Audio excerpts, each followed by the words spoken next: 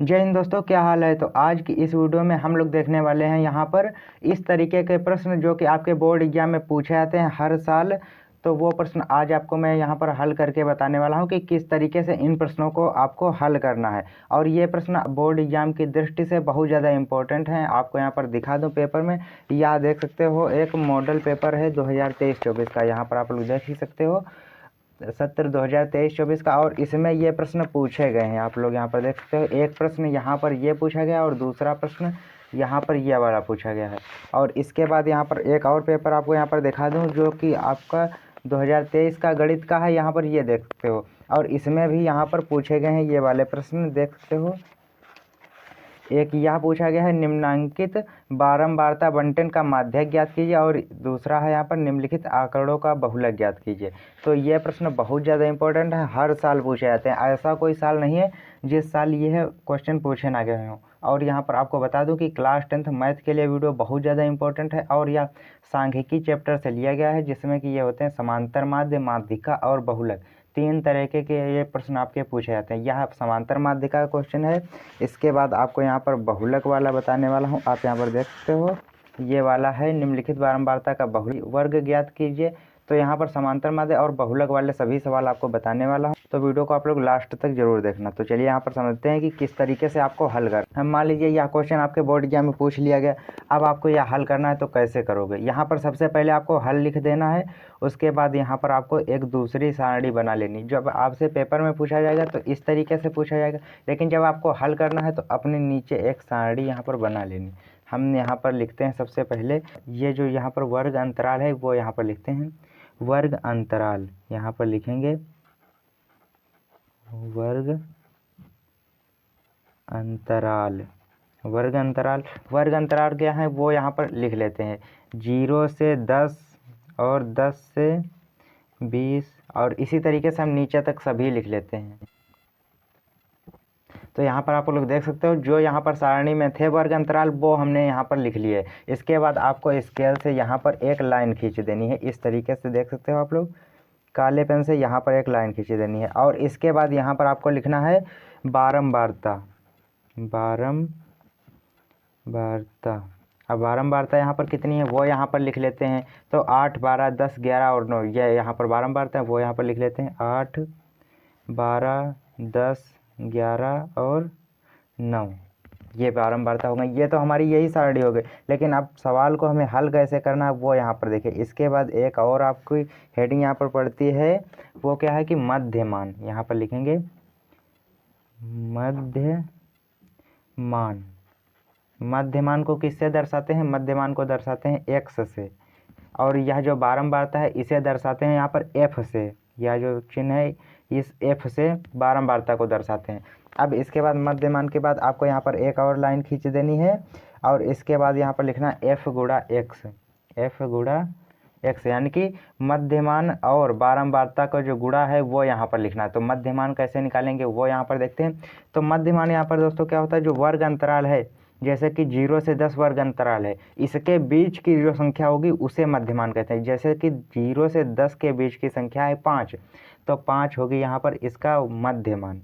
और इसी तरीके से 10 के और 20 के बीच की संख्या है 15, तो यहाँ पर 15 मध्यमान हो जाएगा। इसके बाद 20 और 30 के बीच की संख्या है 25, तो 25 मध्यमान हो जाएगा। 30 और 40 के बीच की संख्या है 35, और 40 और 50 के बीच की संख्या है यहाँ पर 45। इस तरीके से यहाँ पर आपका मध्यमान हो गया। मध्यमान के बाद यहाँ पर f गुणा x दिया गया है, यानी कि इनकी दोनों की गुणा करानी है। तो जब 8 की और 5 की गुणा कराएंगे यानी कि 8 पंच 40 होता है। यहाँ पर 15 की और 12 की जब गुणा कराते हैं तो यहाँ पर आता है हमारा 180। इसी तरीके से आपको सभी की गुणा करा देनी है यहाँ पर बारंबारता की मध्यमान से। 10 की 25 से कराएंगे तो यहाँ पर आएगा 25 दहम 250। इसके बाद 35 की जब हम 11 से गुणा कराएंगे तो यहाँ पर आएगा 385। इसके बाद 45 की जब 9 से गुणा कराएंगे तो यहाँ पर आएगा 405 ये आ गया। अब इसके बाद आपको यहाँ पर एक और पटरी से लाइन खींच देनी है यहाँ पर, बस आपका सारणी वाला काम खत्म हो गया। इसके बाद आपको यहाँ पर लिखना है सिग्मा सिग्मा एफ का मतलब यहाँ पर इनका जो ये बारंबारता है इन सभी का जोड़ यहाँ पर लिखना है जोड़ करके। तो इनको जोड़ लेते हैं, 8 12 यहाँ पर हो गए 20, 20 10 30 और 11 41 और 9 50। यहाँ पर सिग्मा एफ का मान आ गया 50। और इसी तरीके से यहाँ पर सिग्मा एफ एक्स को भी जोड़ लेना है। सिग्मा एफ और एक्स इनका भी आपको जोड़ कर लेना है। जितनी भी संख्या यहाँ पर लिखी गई हैं इनको जोड़ लेना है। तो इनका जोड़ हो जाएगा यहाँ पर 1260। जब इन संख्याओं को हम जोड़ेंगे तो 1260 आता है। तो इतना आ गया। इसके बाद हम इस सवाल में सूत्र लगाते हैं। कौन सा सूत्र लगेगा? समांतर माध्य। समांतर माध्य का सूत्र यहाँ पर क्या है वो देखिए। तो समांतर माध्य, समांतर माध्य इस तरीके से लिखते हैं और यहाँ पर इसको दर्शाते हैं इस तरीके से x बार से। समांतर माध्य x बार बराबर यहाँ पर क्या होता है? सिग्मा एफ एक्स बटे sigma F, sigma F x बटा सिग्मा एफ, या इसका सूत्र होता है। तो सिग्मा एफ एक्स है 1260 और सिग्मा एफ है 50। तो यहाँ पर सिग्मा एफ एक्स है 1260, तो यहाँ पर लिख लेते हैं 1260 बटा यहाँ पर सिग्मा एफ है 50, तो यहाँ पर लिख लेंगे 50। अब इसे काट देते हैं जिस तरीके से यहाँ पर भाग देना होता है। 0 से 0 कट जाएगा और 5 से ये संख्या काटेंगे तो 5 एकम 5 और 5 दूना 10 हो जाएगा। 12 है यहाँ पर, तो 12 में जब 10 घटाएंगे तो 2 बचेगा, तो 2 इधर जोड़ देंगे तो यहाँ पर 26 हो जाएगा। तो 5 25, तो यहाँ पर 1 बच गया। अब यहाँ पर दशमलव लगाएंगे और 0 बढ़ाएंगे तब 10 हो जाएगा, तो 5 दूना 10 यानी कि 25.2 यहाँ पर आ गया आंसर। बराबर लिखेंगे 25.2, इसका आंसर आ गया जो यह सवाल यहाँ पर दिया गया था। दोस्तों इसी तरीके से आपको यह क्वेश्चन हल करना है। यदि 4 नंबर में पूछा गया तो 4 नंबर आपको यहाँ से मिल जाएंगे, 5 नंबर का पूछा गया तो 5 नंबर यहाँ से आपको मिल जाएंगे। यही सही तरीका होता है इसे हल करने का। और यहाँ पर यह जो सारणी है इसे आप लोग इस तरीके से अंडरलाइन कर देना नीचे से भी, तब यह सारणी इस तरीके से अच्छे से बन जाएगी। तो आई होप कि आपको यह अच्छे से समझ में आ गया होगा। तो यह समझ में आ गया है तो आगे बढ़ते हैं, बहुलक वाले सवाल हल करते हैं। तो बहुलक यहाँ पर देख लीजिए कि निम्नलिखित बारंबारता का बहुलक वर्ग ज्ञात कीजिए। अब बहुलक वर्ग ज्ञात करने के लिए उसी तरीके से जिस तरीके से हमने यहाँ पर सारणी बनाई थी वही सारणी हमें यहाँ पर भी बना लेनी है। हल लिखेंगे पहले यहाँ पर किस तरीके से, इस तरीके से हल।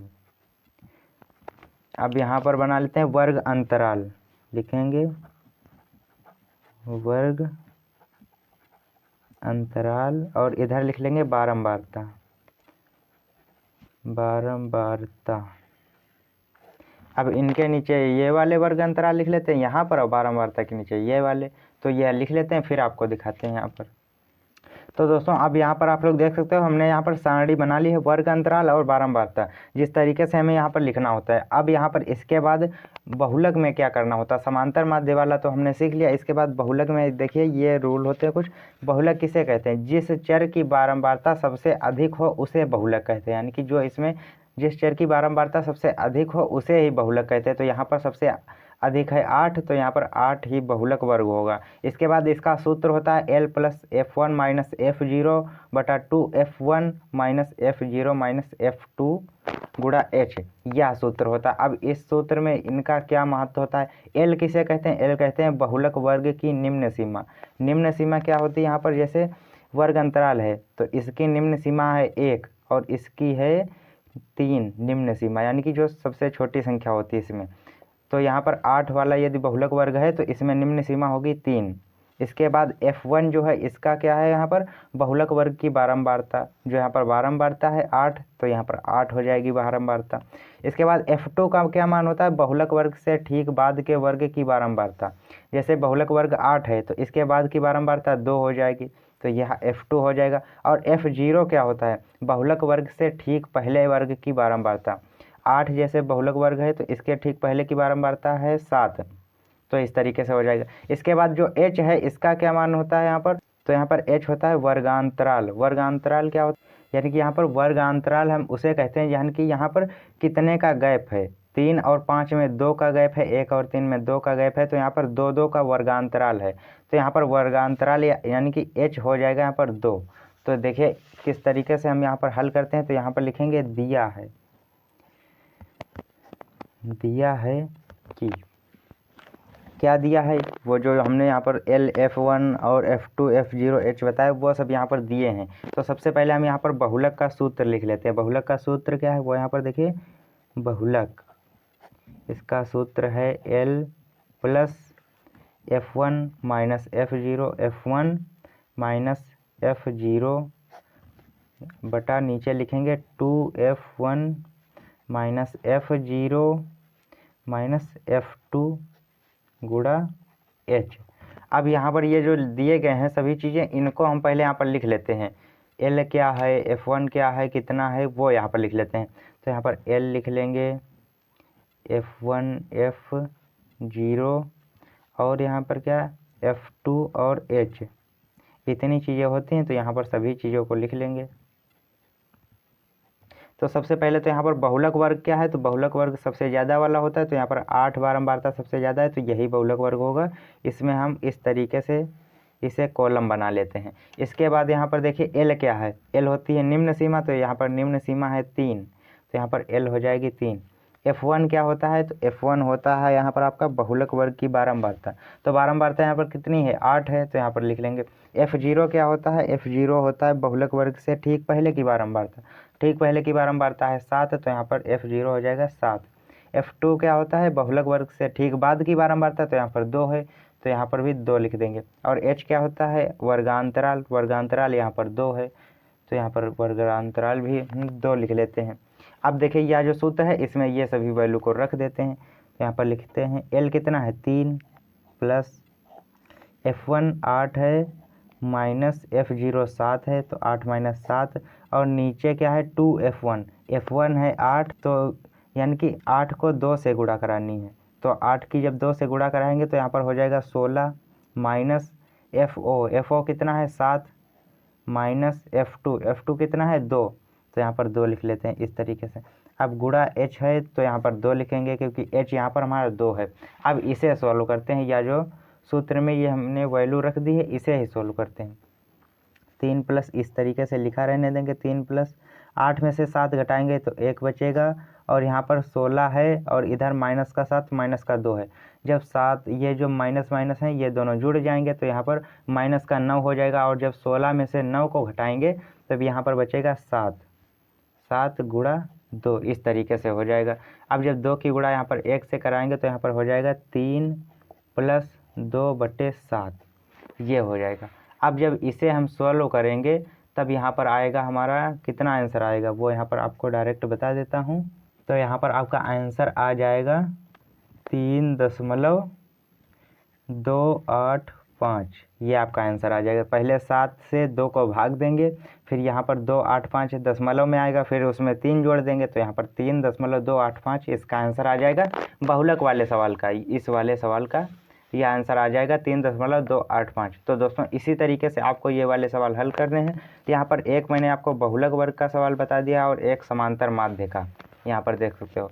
तो इस वीडियो में इतने ही 2 सवाल मैंने आपको बता दिया, बहुत ज़्यादा इंपॉर्टेंट हैं, और इस तरीके से कोई ज़रूरी नहीं कि यही सवाल पूछा जाए। इसमें आपका जैसे कि कुछ चेंज कर देगा, यहाँ पर 1 से 3 है जैसे कि वर्गांतराल, तो वहाँ पर 3 से 8 कर देगा, 8 से 16 कर देगा। इस तरीके से बहुत सारी तरीके से यहाँ पर सवाल बनाया जा सकता, और वहाँ पर संख्याएं चेंज होंगी। लेकिन जब आपको सवाल हल करने का तरीका पता चल जाएगा तो चाहे जितनी संख्याएं चेंज हो आप तो उसे हल ही कर दोगे।